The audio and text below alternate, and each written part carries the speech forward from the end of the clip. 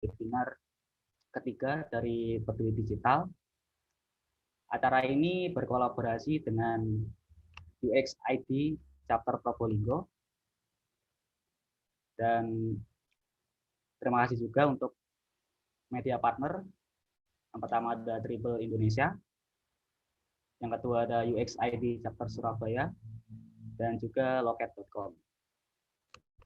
Oke, buat teman-teman yang baru bergabung di webinar series Peduli Digital yang ketiga ini, sekedar info, apa itu Peduli Digital?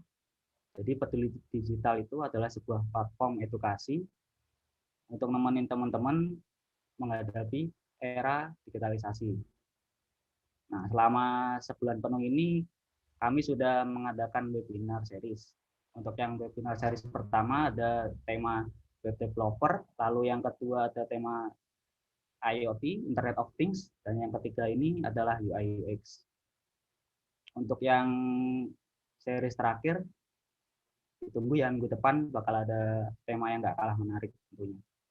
Oke, terus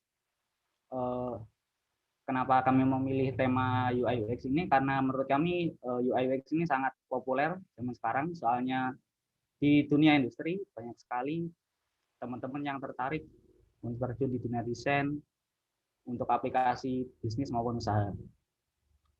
Oke, jadi seperti itu, apa itu Peduli Digital.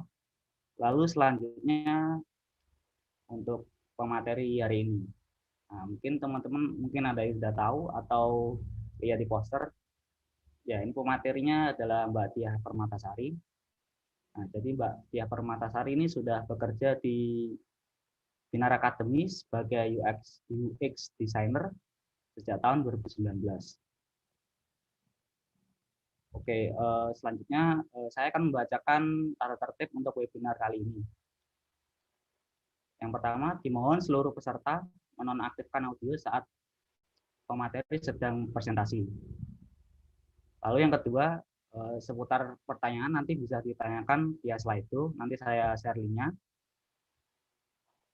Oke, cukup opening dari saya. Mungkin dari Mbak Tia, apakah sudah siap untuk melakukan presentasi? Siap nih, siap dari kemarin. Oke, siap Mbak. Oke, mungkin bisa langsung dimulai Mbak, untuk sharing materinya. Silakan. Oke, makasih Jana, makasih Peduli Digital juga kesempatannya udah dengar ke sini. Sedang banget ya, Sabtu weekend pagi-pagi ini udah ada 98 orang yang hadir di live IG juga kan ya. Dan wah, keren sih ini akan nambah. Oh iya, sorry, live YouTube ya, bukan IG, sorry. Iya. Jadi di live YouTube juga. Ini bikin makin semangat sih sharing pagi-pagi. Semoga nanti materinya bisa bermanfaat ya buat teman-teman di sini. Oke, aku bisa sharing kan ya udah ya.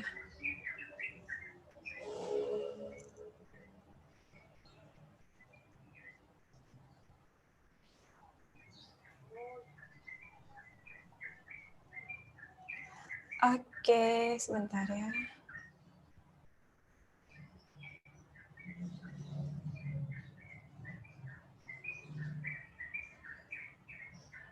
Udah kelihatan kan ya? Oke. Assalamualaikum warahmatullahi wabarakatuh. Selamat pagi teman-teman semua. Oke, di kesempatan kali ini kebetulan di Indonesia Peduli Digital untuk sharing sedikit pengalamanku tentang mulai karir di bidang UI UX design dengan memahami metode design thinking gitu. Sebelum masuk mulai ke materi, mungkin aku kenalan dikit dulu ya, aku siapa. Jadi aku Diah Permatasari, nama lengkapku biasa dipanggil Dia. Aku benar kata Mas Jana tadi, sekarang sebagai UI UX designer di Binar Academy. Atau biasanya aku sebutnya di product designer tuh. Boleh cerita dikit kenapa alasanku suka jadi product designer, karena dengan jadi product designer aku rasa aku bisa bantu nge-solve masalah user dan membantu tercapainya bisnis goals gitu. Di waktu luang aku kayak lainnya ya, biasa suka nongki-nongki gitu, ngopi. Dan di luar forum ini kalau kalian mau tanya-tanya tentang UX design, aku open untuk discuss, bisa hubungin aku di email atau di IG aku. Gitu. Itu ini sedikit pengenalan ya dari aku. Oke, jadi pagi ini kita mau bahas apa? Kita akan bahas 3 hal ini nih. Pertama apa itu ya UX design, kemudian kita akan pelajari tentang design thinking, dan gimana sih prospek kerja sebagai UX designer. Nah, pertama apa itu UI UX design? Gitu. Nah, sebelum aku dalami jelasin apa itu ya UX design, kenal kata sayang ya. Kita harus kenal dulu sejarahnya gimana sih bisa sampai ada UX design ini. Nah, ini aku ambil dari NN Group gitu ya. Jadi ceritanya di tahun 1900-an itu ada Don Norman. Don Norman waktu itu bekerja di Apple Computer. Dia lagi build sebuah website, tapi setelah di launch itu websitenya nggak work dengan baik, maksudnya nggak banyak pengguna yang datang. Nah, dari penasaran itu kenapa sih nggak banyak pengguna yang datang, jadinya dia mempelajari, punya ilmu lebih, pelajari, dan ilmu-ilmunya itu dia terapkan ke produknya, dan kemudian saat di launch bisa menggait banyak user gitu. Jadi ilmu yang ia temukan dia sebut dengan nama UX design. Jadi emang term UX design ini berkaitan banget sama produk digital ya teman-teman. Dan nanti habisnya aku akan jelasin lebih mudah menggunakan analogi-analogi. Ntar ya, aku berisik ya kayaknya ya.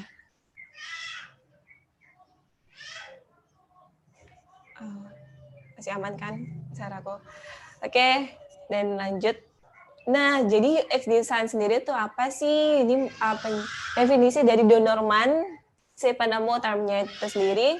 Jadi experience merupakan pekerjaan untuk memastikan setiap komponen dari user bisnis itu sesuai sama yang diinginkan. Interaksinya dengan perusahaan, layanan, dan produknya itu sendiri. Gitu. Ya, kemudian kalau bisa lebih disederhanakan ya kebagiannya itu seorang UX designer itu akan memperhatikan 3 hal ini, yaitu dari bisnis, teknologi, dan dari sisi user. Dan kita itu berada di sweet spot, kita mencari titik temu di antara ketiga tersebut.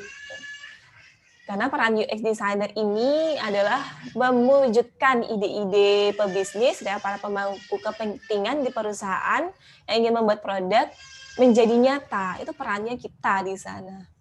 Jadi gimana caranya agar semua aspek itu terpenuhi. Oke, kemudian lanjut ke perbedaan apa itu UI dan UX design. Nah, ini aku analoginya seperti ini ya. Saat ada orang tua, pasangan muda baru nih, milihin anaknya mainan gitu buat di atas kasur ya biasanya, mainan anak-anak. Mereka orang tua lihatnya, aku suka nih lucu gambarnya ya, ada hewan-hewan gitu, hewan-hewan lucu lah kelihatannya. Tapi usernya siapa sih dari mainan ini? Usernya kan pasti si bayi kan. Bayinya lihat apa? Dia lihat pantatnya doang dari mainan tersebut, kayak ini apaan gitu. Buat si user itu nggak mendapatkan apa yang ia inginkan, apa yang ia butuhkan gitu. UI-nya bagus tapi ternyata usernya dapatnya jelek pengalamannya gitu, dapat pantatnya doang. Kemudian analogi berikutnya, ini kayak botol saus atau kecap ya.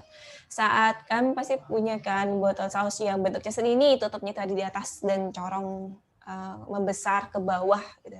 Tapi waktu di akhir bulan gitu ya udah mepet persediaan, itu sausnya udah tinggal segini gitu. Waktu kita mau coba keluarin pasti susah kan, kayak gitu.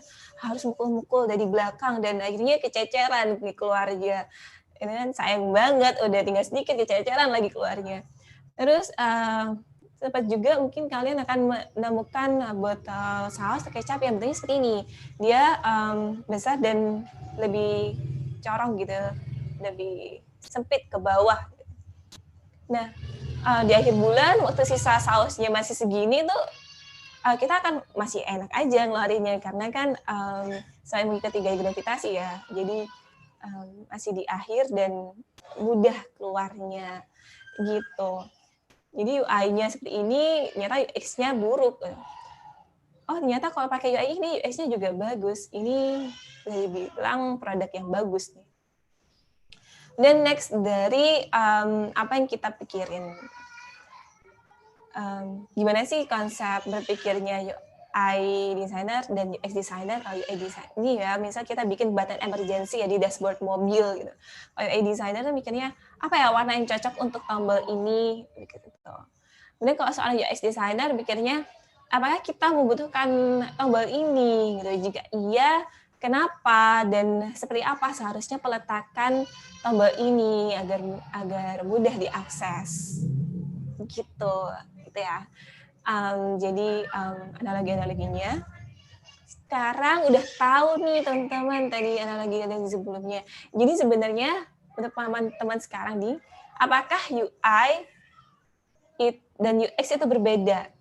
Coba deh jawab di kolom chat.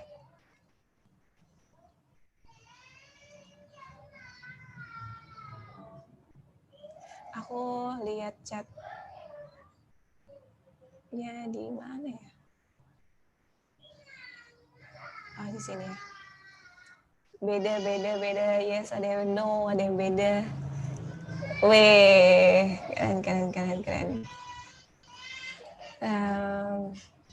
Nah, iya, aku udah lihat jawabannya. Iya, rata-rata udah bener nih, rata-rata udah paham nih berarti bedanya UI dan UX. Bener banget, UI dan UX itu memang berbeda. Jadi UI itu designing the product, mendesain produk visualnya. Kalau UX itu mendesain pengalamannya, bagaimana pengguna akan merasakan produk tersebut gitu. Jadi emang beda konteksnya yang dipelajari beda. Tapi meskipun berbeda, UI dan UX itu keduanya tidak bisa dipisahkan. Bisa dibilang UI itu merupakan bagian dari UX. Kalau UX aja dipikirin tanpa kita memperhatikan UI yang bagus juga, ya orang nggak akan pakai gitu. Sebaliknya pun gitu. Kita udah bikin produk yang UI-nya bagus aja, udah menarik banget, tapi nggak berfungsi. Ya buat apa? Gitu. Jadi buat produk yang bagus harus memperhatikan semua ini, UI dan UX-nya. Berbeda tapi saling melengkapi ya. Oke. Next, kita udah tahu nih bedanya UI dan UX. Kemudian kita akan masuk ke metode design thinking. Sebenarnya ini juga merupakan proses yang biasanya kita lakukan pekerjaan sehari-hari sebagai UX designer nih di satu perusahaan. Gitu. Jadi design thinking itu apa sih?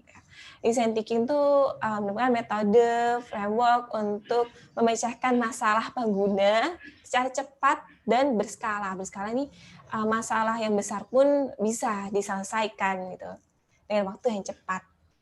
Kok bisa? Gitu. Jadi ini ada beberapa tahapan dari design thinking. Tahapannya itu ada 6. Ada empathize, define, kemudian ideate, prototype, test, dan implement. Jadi tahap awal nih kita berempati dengan pengguna. Kita berempati apa sih sebenarnya masalah yang dihadapin pengguna, ya. Tapi balik lagi saat kita berkarir yang mengikuti satu perusahaan yang memiliki objek bisnis masing-masing, nggak cuma dari misal kita juga perlu memperhatikan sebenarnya pemangku kebijakan di tempat kita bekerja itu lagi punya masalah apa sih, itu penting. Kemudian di internalnya sendiri, timnya sendiri, misalnya di tim engineer itu kesulitan apa sih saat membangun produk sebelumnya. kita coba berempati juga dengan kolega-kolega yang ada di kantor, teman-teman tim yang membantu kita membuat produk yang bagus. Dan di akhir tentunya pasti kita yang berwenang untuk memahami user lebih gitu, dengan mencoba berempati juga dengan pengguna produknya. Dan saat kita udah berempati ke segala aspek ya, tadi juga dijelasin aspek bisnis, user, dan teknologinya, kita coba untuk mendefinisikan masalah sebenarnya itu apa sih. Dengan banyaknya data yang udah kita collect, kita akan mampu menyimpulkan masalah terbesar dan patut untuk diselesaikan lebih cepat. Kemudian kita udah menemukan masalahnya apa, kita akan menemukan di sana ide-ide solusi yang banyak gitu kan, karena kita udah punya masalah besar dan kita akan dapat sumbangsi banyak ide gitu dari pemikiran kita atau dari teman-teman.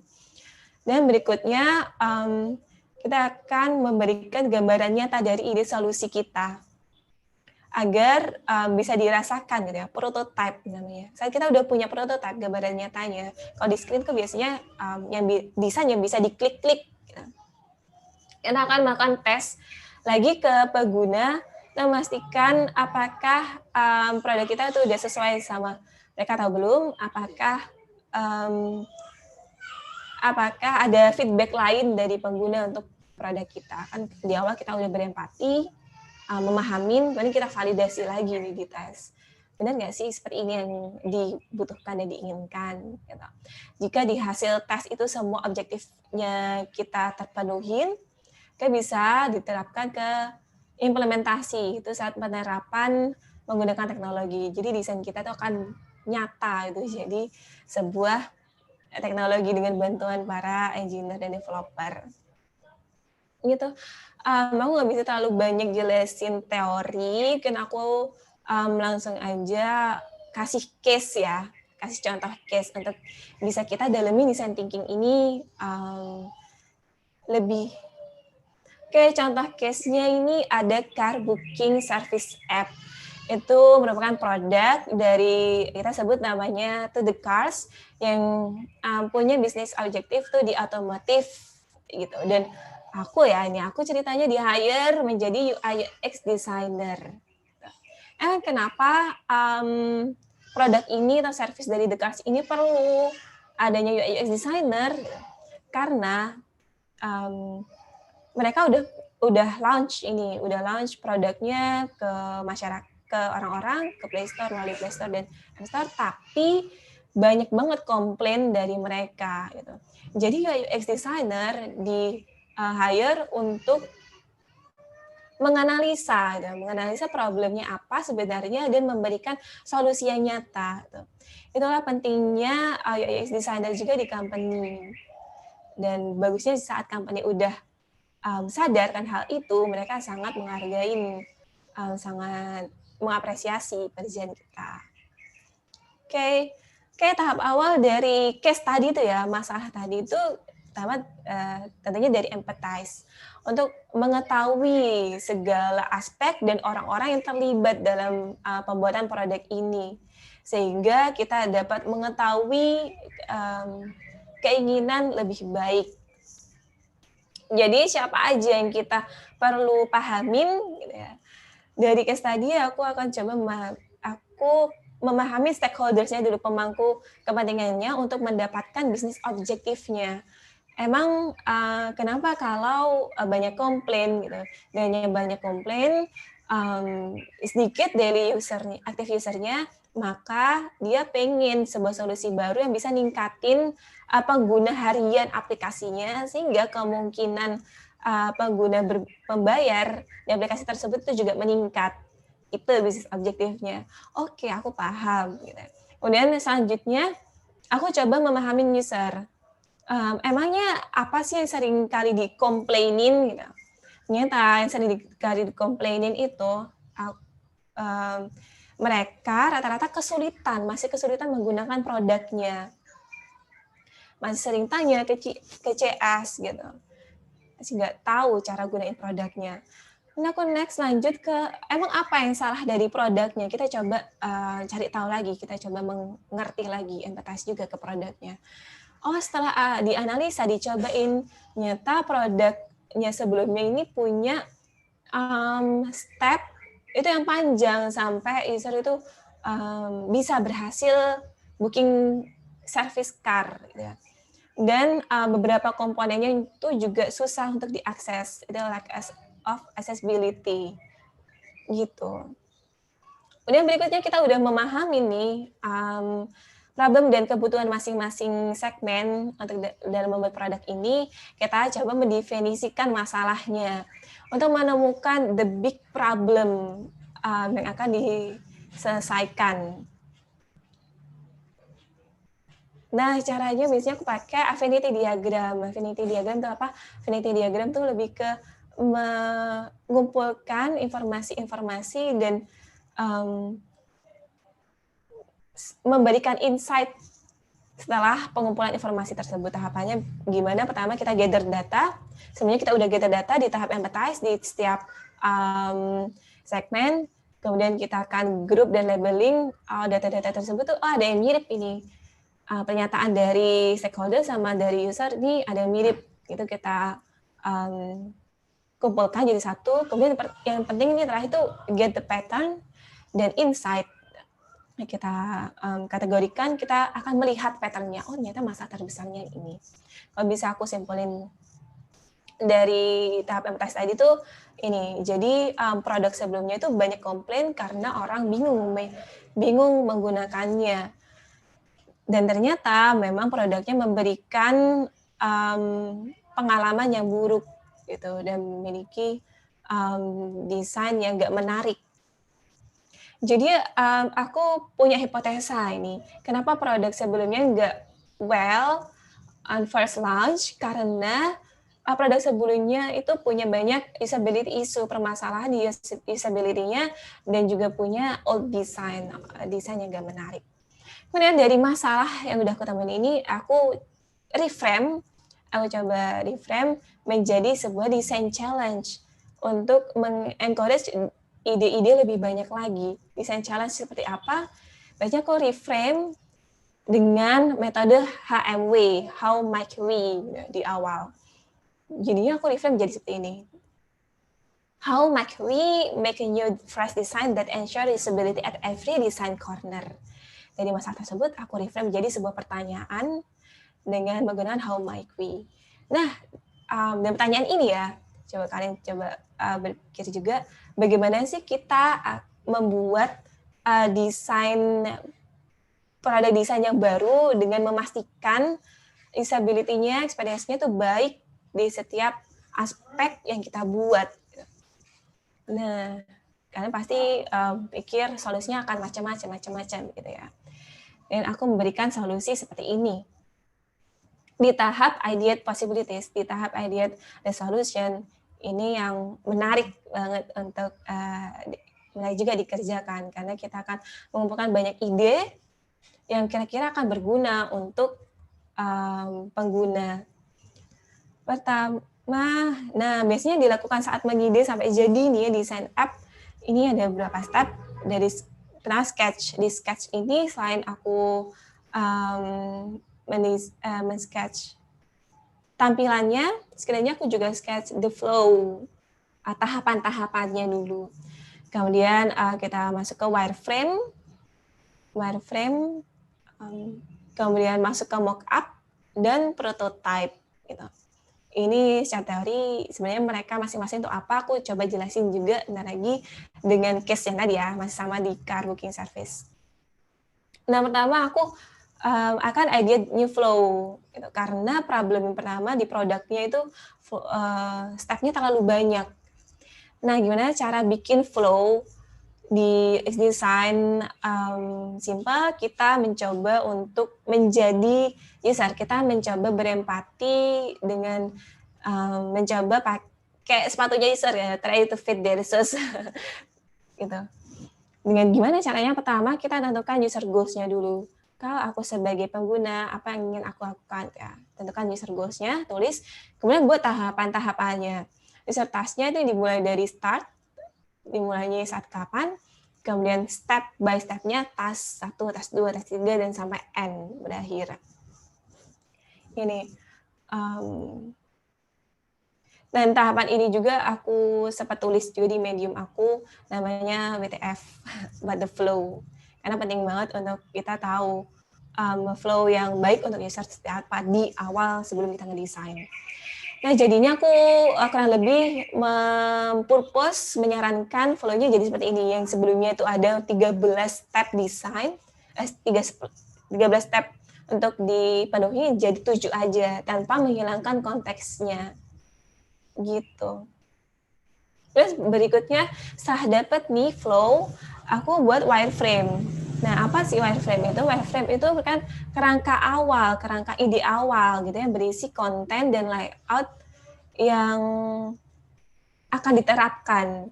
Nah, pentingnya di wireframe ini itu tahap kita membuat ide visualisasi sebanyak-banyaknya. Jadi yang benar-benar yang diperhatikan di sini pakai bentuk dasar-dasar aja, buat wireframe dengan bentuk dasar biar lebih cepat kita nge-generate ide-ide lainnya kayak kotak, teks itu cuma strip aja gitu cepat karena pastinya kita punya banyak ide dan pastinya banyak visualisasi yang kita punya. Terus yang perlu diperhatikan berikutnya itu susun layout yang familiar dan mudah diterapin. Di tahap wireframing ini juga kita juga udah memikirkan dan juga berempati ke engineer gitu. Apakah layout yang aku susun di wireframe ini possible nggak ya diterapkan? Gitu. Yang sampai kita bikin layout yang wow banget gitu, yang sampai melayang-melayang kemana komponen-komponennya, tapi engineer kita tuh kesulitan. Itu juga enggak. Dan terakhir pastikan setiap screen wireframe kita itu bisa berbicara sendiri.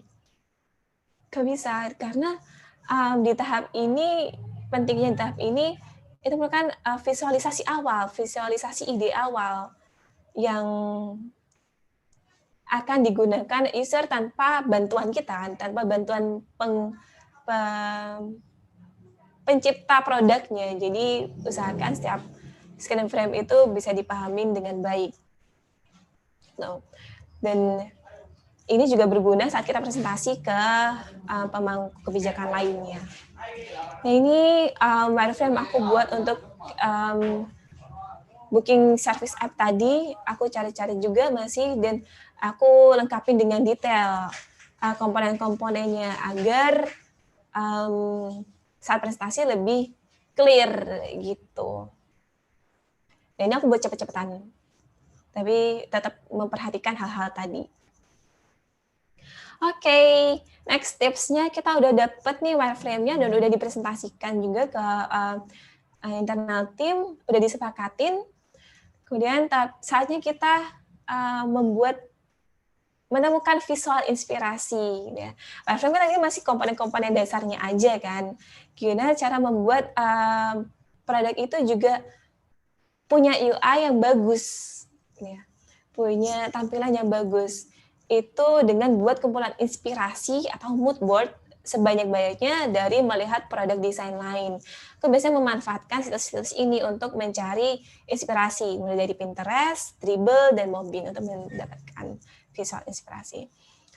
Dan aku udah coba searching di Dribbble, aku pakai keyword car service dan aku masukkan ke dalam satu bucket atau mood board aku sendiri dengan judul car inspiration.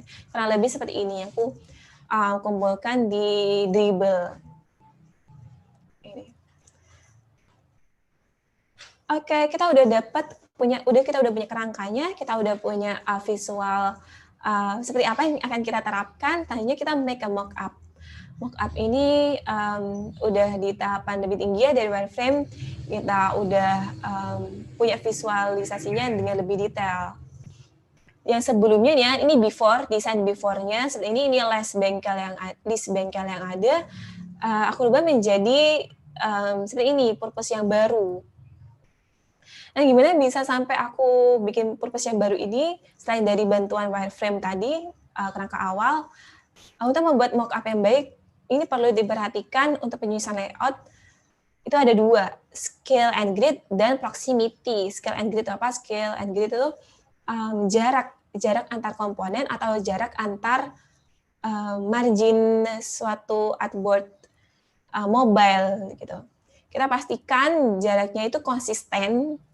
Biasanya tuh menggunakan kelipatan 4 ya untuk AD designer. Dan terstruktur gitu. Kemudian proximity, apa itu proximity? Proximity itu cara untuk mengelompokkan informasi yang sama. Kita grouping biar mudah dibaca dan di recognize, ya, diperhatikan. Contohnya tuh kayak ini ya, cut pertama, CBS Supratman sama Majapahit. Ini sama-sama menyatakan informasi tentang detail bengkelnya. Gitu. Tapi aku kelompokkan sendiri-sendiri ini proximity-nya dan diberikan jarak gitu, di antara keduanya. Kenapa? Kalau dideketin nih, bisa jadi orang ngiranya ini info yang sama gitu. Gitu kira-kira penggunaan scale grid dan proximity.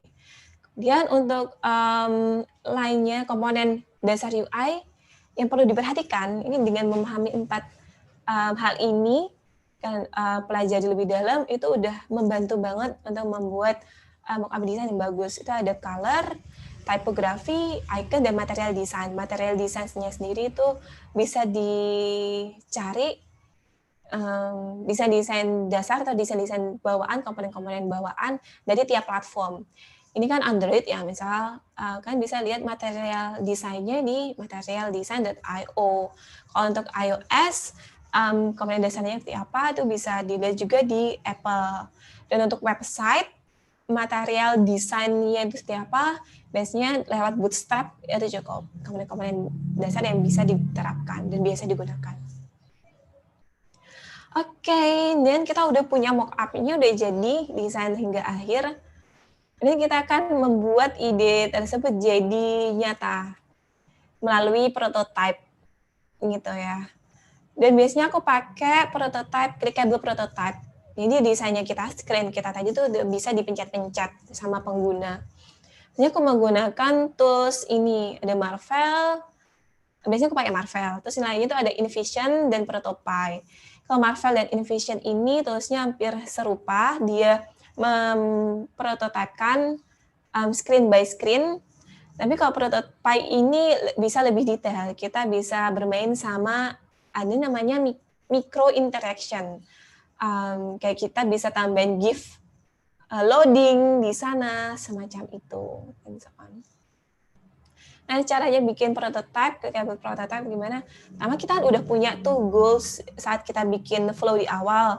Kita ubah sedikit jadi skenario yang lebih storytelling dan memberikan perintah gitu untuk pengguna. Kemudian kita susun mock-up desain kita yang berurutan sesuai flow, dan kita akan connect-kan screen by screen sesuai sama flow. Gitu. Nah, ini aku punya contoh prototype dari car booking service tadi nih, teman-teman. Nah, aku bisa kasih kesempatan nih buat teman-teman cobain prototipenya biar tahu apa sih itu prototype. Dengan scan kode ini ya, kira-kira aku kasih waktu 2-3 menitan deh untuk cobain ini aplikasi prototipenya. Tahu bisa nggak ya aku klik? Kayaknya aku bisa deh klik. Sama aku coba tunjukin deh. Nah, ini tuh udah bisa dicobain. Aku klik, ya, aku klik. Oh, udah bisa pindah screen. Gini, ini yang dimaksud kayak prototype. Oke, aku lanjutin lagi ya. Ini gimana? Oke. Dan kita udah punya prototipenya, kita lanjut dengan tes desain kita. Dengan bahan prototipe itu tadi, kita ujikan ke pengguna untuk mendapatkan feedback sebanyak-banyaknya, untuk mengetahui apakah desain kita udah memenuhi ekspektasinya atau belum, dan jika belum, hal apa yang ingin ada dalam desain kita. Gitu. Biasanya aku sebutnya ini dengan usability testing. Aku selama remote ini ya, remote worker aku pakai tools Maze gitu. Tapi kalau offline sebelum pandemi itu saat melakukan usability testing tuh lebih ke kita udah punya prototipe-nya di HP dan kita undang partisipannya dan kita cobain desain yang ada di HP ini ke mereka. Yang perlu diperhatikan saat melakukan usability testing itu terutama offline, ini juga berlaku sih untuk usability testing online, terutama berikan konteks dan skenario-nya kepada partisipan. Kita jelasin dulu, mereka bisa jadi orang yang nggak pernah tahu sama produk kita jelasin singkat dulu produk kita itu apa, kemudian berikutnya kita minta tolong mereka untuk melakukan skenario berikut. Nah, selama partisipan mencoba, itu kita jangan menuntun dan jangan menginterupsi. Kita biarkan mereka natural menggunakan produk kita. Gitu. Dan kita berperan untuk melihat dan mempelajari interaksi usernya. Dan perlu kita amatin juga saat mereka mengalami kesulitan. Biasanya saat mereka coba-coba tuh ekspresinya tuh bingung. Kita tahu kan ekspresi bingung sama senang sama biasa aja. Kadang mereka bikin ngomongnya enggak kok bisa. Kadang apa yang kita rasain tuh yang diomongin enggak tepat. Jadi kita perlu juga mengamatin apa saja kesulitan mereka. Dan di akhir kita bisa tanyain respon dan feedback dari mereka. Itu sama offline. Nah, selama online ini tuh Maze ini membantu banget. Maze itu terus yang tadi prototipe dari Marvel, saat di-upload ke Maze itu akan dibantu men-track mendapatkan data-data yang dibutuhkan. Bisa dari lamanya waktu, kemudian ketepatan dia klik sebuah komponen, dan bisa mengkolek feedback akhir juga. Gitu. Dan di tahap terakhir ini ada implement. Saat hasil tes usability testing kita udah oke ini dari segala aspek, mungkin pasti masih ada minor, tapi masih bisa ditolerir. Kita lanjutkan mock-up design kita tadi yang udah teruji ke engineer, ke developer yang akan membuat desain kita ini live beneran dan bisa diterapkan banyak orang. Gitu. Dan juga kita perlu saat diimplementasi dan berhasil di launch cari tahu lah kepo-kepo hasil bisnisnya di awal udah tercapai apa belum, karena kita nggak bisa perkirakan hasil bisnis saat belum di launch kan, angkanya nggak nyata. Nah, tools yang aku pakai saat deliver ke engineer itu biasanya Zeppelin atau dari Figma ke Zeppelin. Aku desain di Figma dan ke Zeppelin. Zeppelin ini tools untuk membaca code desain, code dari desain yang kita buat gitu, komponen-komponennya. Aku nggak bisa tunjukin di sini. Oke, tapi apa aja yang perlu kita perhatikan sebelum kita deliver ke Zeppelin? Itu pertama ada layer naming. Pastikan screen by screen kita layernya itu konsisten dan urut. Kemudian, kita terapin juga, pastiin juga komponen yang kita terapkan di desain kita itu rapi, komponen namingnya dari icon, card, dan lain-lain, komponen yang akan dia engineer download asetnya. Kemudian setelah beres nih di Figma-nya, kita perlu susun juga di Zeppelin. Zeppelin, aku biasanya nge-arrange section dan tag mapping. Section itu, nggak ada contohnya di sini. Section, aku bagi di tiap menu. Kalau tag itu aku bagi di setiap skenario atau goals. Gitu, teman-teman. Nah, itu semua metode design thinking dari tahap empathize sampai ke implement yang biasanya sehari-hari ya UX designer tuh lakuin gitu. Oh ya, dan balik lagi prosesnya itu nggak selalu mulus langsung dari empathize langsung oke banget di implementnya, enggak. Akan terjadi banyak iterasi di sebelumnya, kayak diagram sebelumnya di tahap define itu bisa aja balik lagi ke empathize. Di tahap kemana bisa balik lagi ke tahap sebelumnya itu kan, soal kita balik lagi menyesuaikan sama keadaan perusahaan, keadaan kita saat itu. Nah, selanjutnya kita udah tahu day-to-day-nya apa aja yang dilakuin sama UX designer. Jadi gimana prospek kerjanya nih sebagai UX design? Ini info dari LinkedIn, the skills companies need the most in 2020. Di top 10 hard skill, UX design itu menjadi terpenting nomor 5. Ini bagus banget dan banyak companies itu udah sadar, udah aware pentingnya UX design gitu. Jadi ilmu UX design ini dibutuhin banget nih sama company-company sekarang. Nah, saat kita udah masuk nih ke sebuah company sebagai UX design, gimana sih pengalamannya gitu? Apa sih yang banyak orang rasain itu saat menjadi UX design di sebuah company? Nih aku kasih bocoran. Bahwa ini riset dari NN Group. NN Group itu Nielsen and Norman Group, sebuah firma yang dibentuk sama Don Norman tadi di awal, pencetus UX yang membahas tentang desain. Jadi ilmu UX itu kayak sumbernya itu dari NN ini. Bisa kalian cari juga di website nanti. Kemarin dia melakukan men-share hasil reportnya tahun 2019-2020, aku lupa. Baru banget, tentang what a UX career looks like today. Dia meriset ke praktisioner UX di seluruh dunia. Itu dan menyatakan bahwa 95% pesertanya itu bilang most UX practitioner itu are satisfied with their career. Dan ini nggak berubah sejak mereka melakukan riset sebelumnya di tahun 2013. Dan di 2020 malah lebih banyak yang menyatakan bahwa para pekerja UX designer itu puas sama pekerjaan yang ia jalanin. Kenapa orang-orang sampai cinta banget tuh sama karir UX-nya? Ini di reportnya ada 4.